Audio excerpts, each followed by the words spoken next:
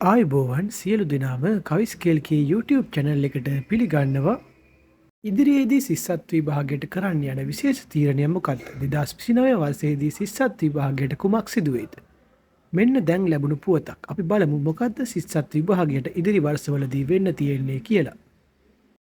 පහසේනිය සිස්සත් විභාගයේ එක්වරම අත්හිටුවීමට කටයුතු නොකරන බව අධ්‍යාපන සහ උසස් අධ්‍යාපන නියෝජ්‍ය අමාත්‍ය වෛද්‍ය මధుර සෙනවිරත්න 20 වෙනිදා පාර්ලිමේන්තුවේදී ප්‍රකාශ කරා.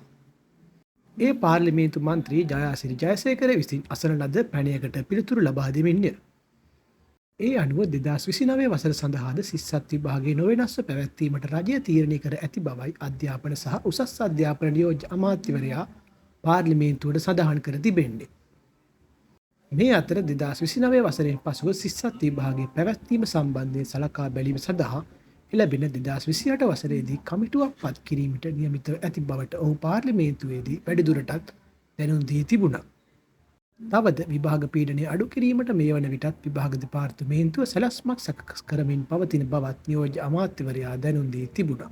මේ වගේ වීඩියෝ දිගටම බලන්න කවිස්කේල්කේ YouTube channel එක subscribe කරලා එකතු වෙන්න.